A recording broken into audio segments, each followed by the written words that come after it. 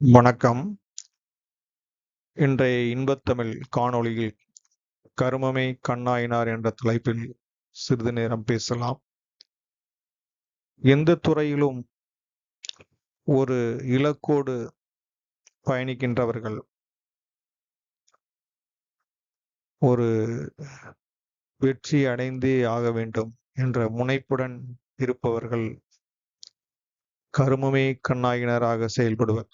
இந்த செயலாகவே மாறிவிடுவார். பசி தூக்கத்தை பற்றி கவலைப்பட மாட்டார்கள். உடல் வருத்தத்தை பற்றி கவலைப்பட மாட்டார்கள். பல அவமானங்கள் அவர்கள் வாழ்வில் இருக்கும். அதையெல்லாம் சகித்து கொண்டு அந்த செயலை திரும்ப திரும்ப செய்வார். அந்த இலக்கை நோக்கி மட்டுமே அவர்களோடு செயல் இருக்கும்.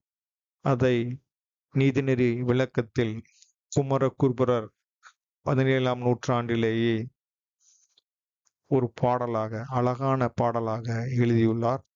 இந்த பாடல் ஒவ்வொரு வாழ்க்கைக்கும் வெற்றிக்கும் உந்துதலாக இருக்கும்.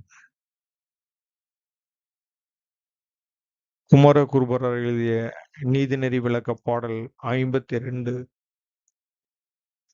மெய் வருத்தம் பாரார். மெய் வருத்தம் பாரார் என்றால் உடல் வலியை பற்றி யோசிக்க மாட்டார், அதை பற்றி கண்டுகொள்ள மாட்டார். மெய் வருத்தம் பாரார். பசி நோக்கார், பசியை பற்றி கவலைப்பட மாட்டார்.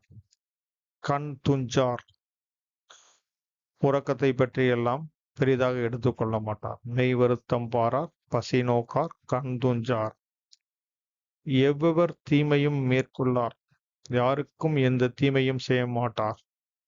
செவ்வி அருமையும் பாரார், தனது துறையில் அடுத்த கட்ட வளர்ச்சியோ கிடைக்காததை பற்றி எதுவும் கவலைப்பட மாட்டார். அவமதிப்பும் கொள்ளார், யார் அவமதித்தாலும் அதை ஒரு பொருட்டாக கொள்ளாமல் கருமமே கண்ணாயினார், செயல் வீரராக செயல்படுவார். அவர்தான் கருமமே கண்ணாயினார்.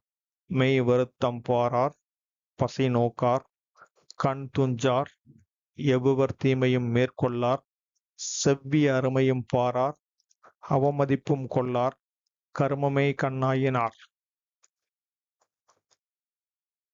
இது ஒரு உந்து சக்தி பாடலாகும். இந்த பாடல் எல்லாரும் மனனம் செய்து கொள்ள வேண்டும். ஒரு வெற்றியை நோக்கி செல்வதற்கு இந்த பாடல் ஒரு உந்துதலை கொடுக்கும். வாழ்வில் எல்லா வளமும் நீங்கள் பெற வேண்டும். நன்றி, வணக்கம்.